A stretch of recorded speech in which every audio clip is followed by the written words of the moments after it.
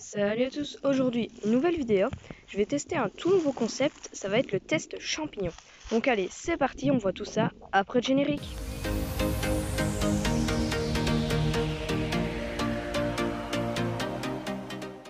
En gros, je vais vous expliquer les règles, ça va être un jeu ou un test, comme vous voulez.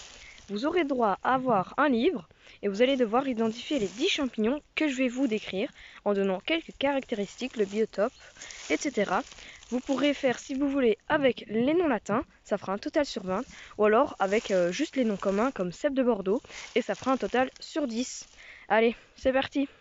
Et pour ceux qui veulent apprendre les champignons, vous pouvez revisionner plusieurs fois la vidéo. Ça peut être un très bon entraînement. À force de refaire plusieurs fois le test, et bien à la fin vous verrez, vous les connaîtrez par cœur. Et si vous voulez même, vous pouvez faire une fois le test avec simplement les noms communs, comme cèpe de Bordeaux, et une deuxième fois avec le nom commun, cèpe de Bordeaux, plus le nom latin, Boletus edulis. Et donc, comme je l'ai dit, ça peut être un excellent entraînement. Ensuite, si vous le voulez, vous pourrez mettre votre résultat en commentaire. Allez, on commence avec le premier champignon. Vous voyez déjà le dessus du chapeau. Maintenant, je vais le récolter. Allez, je vais vous faire un petit indice.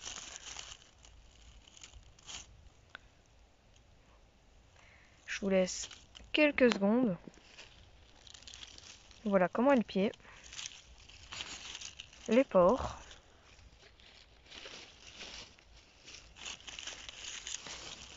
Le chapeau. Le biotope, ici on est avec quelques pins et des hêtres, oui voilà, je ne trouvais plus. Donc on est sous hêtres et sous pins. Allez, je pense que maintenant je vous ai laissé assez de temps. Donc c'est le bolébé, de son nom latin, Immerlia vadia. Et oui, un éblouissement assez typique. Le pied qui ne comporte pas de réseau, tout lisse. Et le chapeau assez typique. Du bolébé brun, un peu comme les feuilles de hêtre, comme on le voit derrière. Allez, c'est parti, on continue. Donc retenez vos points et à la fin vous pourrez faire le compte final et savoir votre note. Deuxième champignon. Voici son chapeau. Je vais l'accueillir. Voici son pied. Je vous laisse chercher.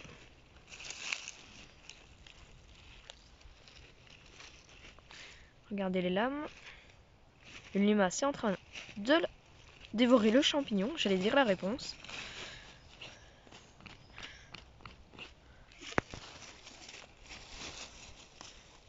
Est-ce que vous avez trouvé? Allez, je vous laisse encore 3 secondes. 1, 2, 3. Et oui, c'était bien l'amanite rougissante, Amanita rubescens, ou alors golmotte, comme certains l'appellent. Regardez, elle devient vineuse, donc elle rougit là où elle a été blessée. Ici, la limace l'a dévorée. Le bulbe est bien en train de rougir. Regardez, il est rouge un peu. Il a des traces rougeâtres, là on le voit bien. Le chapeau aussi d'ailleurs. Donc c'est bien incomestible, mais comme je l'ai déjà dit, il faut bien la cuire et rejeter l'eau de cuisson. Allez, ici un nouveau champignon, donc on est au troisième. Un premier indice, c'est le champignon. Mais un indice que je peux vous donner, c'est déjà l'écorce. Je ne sais pas si certains la reconnaissent. Et si je vous montre les aiguilles, et oui, on est sous pin. Donc ça, c'est un très bon indice. Alors, je vous laisse réfléchir.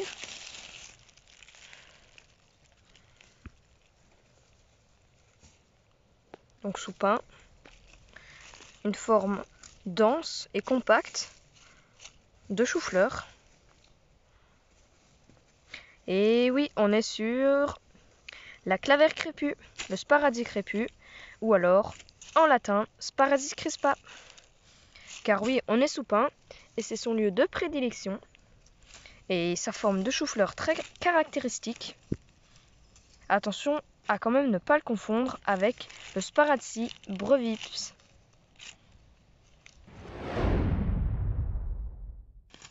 Allez, ici on est sur un autre champignon. Je vous laisse chercher.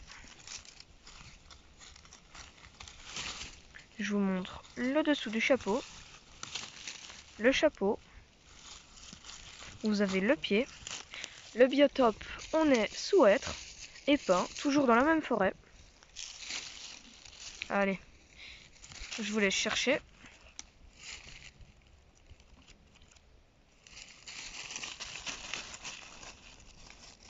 Est-ce que vous avez trouvé? C'est le laccaire améthyste, Laccaria amethystina.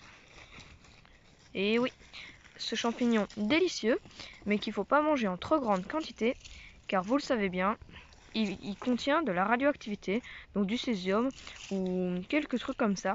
Donc si vous en mangez une poêlée une fois tous les mois, c'est pas ça qui va vous tuer, mais limitez quand même la consommation. Ici, nous avons un chapeau couleur chocolat velouté assez foncé et le dessous, les pores orangés rouges qui bleuissent au toucher, un pied avec des ponctuations, donc des petits points rouges, et bien sûr, donc regardez les pores comment ils rougissent. Je vais prendre mon couteau si j'arrive à le retrouver, voilà, et vous allez voir que si on coupe le pied,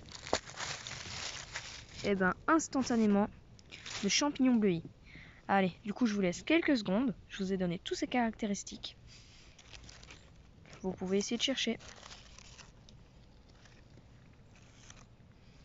Donc les pores qui bleuissent et le pied qui bleuit, on le voit bien.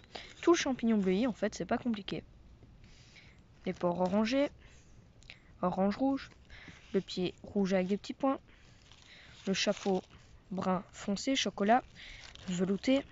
Et oui, on est bien sûr le bolet à pied rouge, Neoboletus erythropus. Bon comestible, mais tout comme le bolet B et tout comme l'amanite rougissante, il faut le cuire 20 minutes.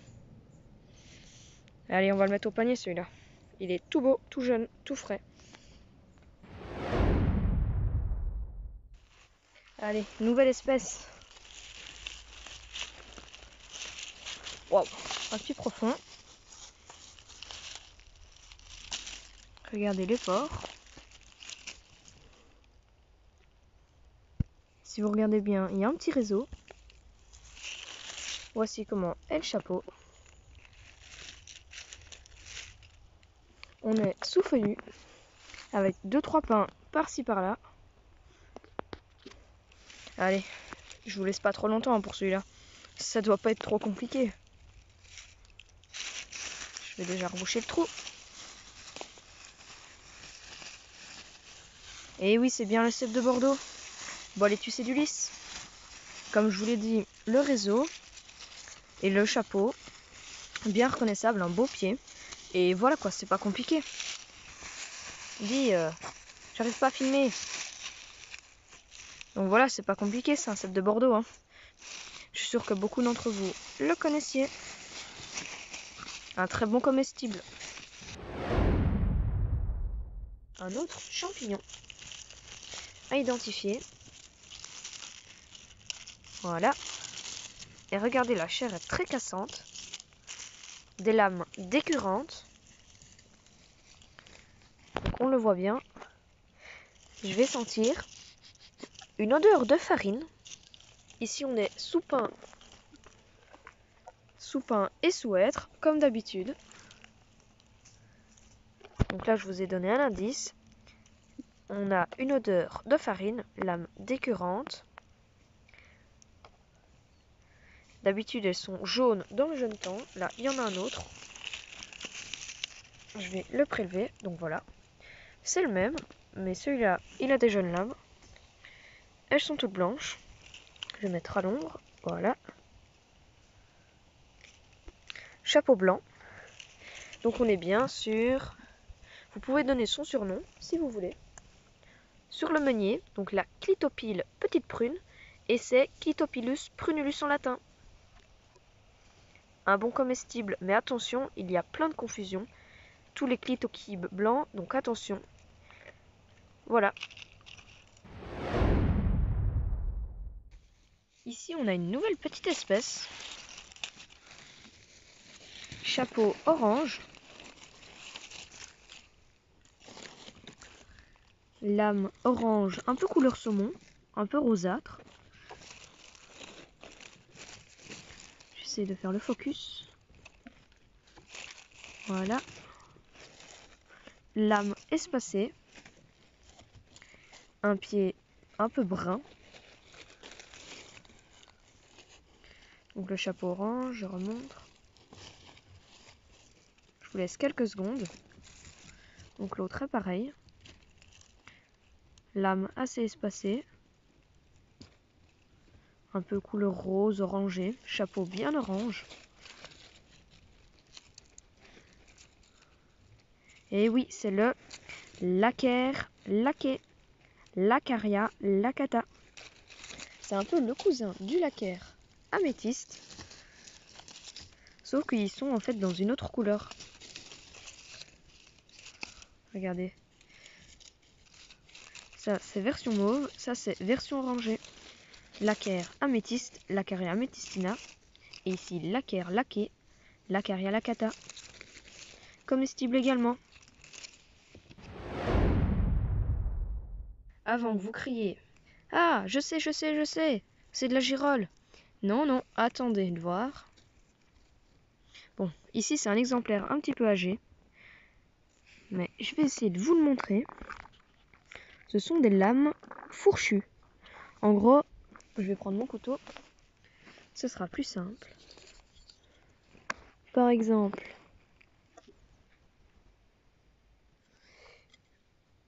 ici, on voit que c'est une lame. Puis pouf, elle se sépare en deux. Ici, pareil, juste là. La lame se sépare en deux. Et elle se sépare tout le temps en deux, là aussi. Ça, c'est des lames fourchues. Et très orangées, on le voit bien. Ce sont des lames du coup. Et pas des plis, comme la girole. Donc je vous laisse réfléchir. Au fait, voilà comment est le chapeau. Voilà. Une chair un peu flasque. Et du coup, les lames décurrentes qui reviennent sur le pied. Comme ça, et floup, elles descendent sur le pied. Et bien sûr, il n'a pas du tout la même qualité gustative que le... Attention Lida.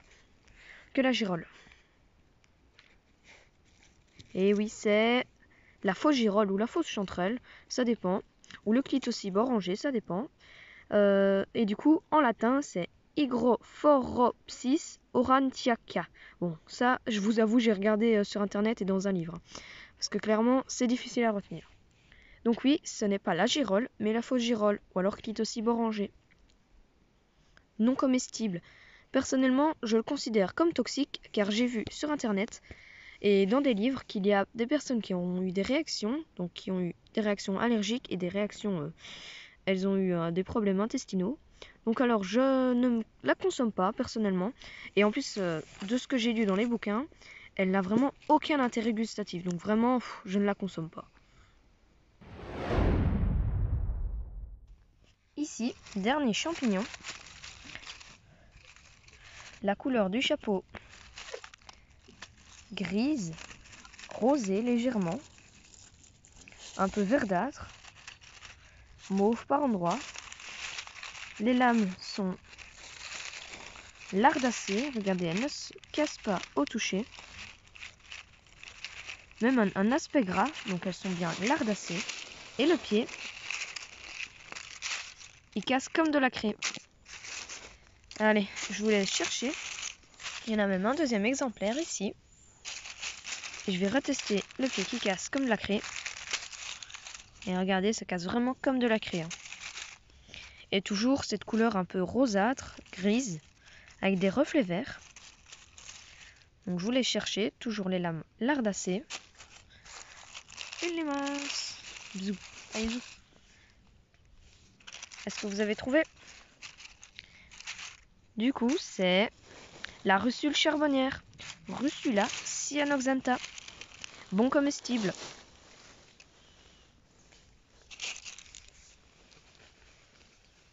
J'espère que ce tout nouveau concept vous a plu. Si c'est le cas, n'hésitez pas à me le dire en commentaire.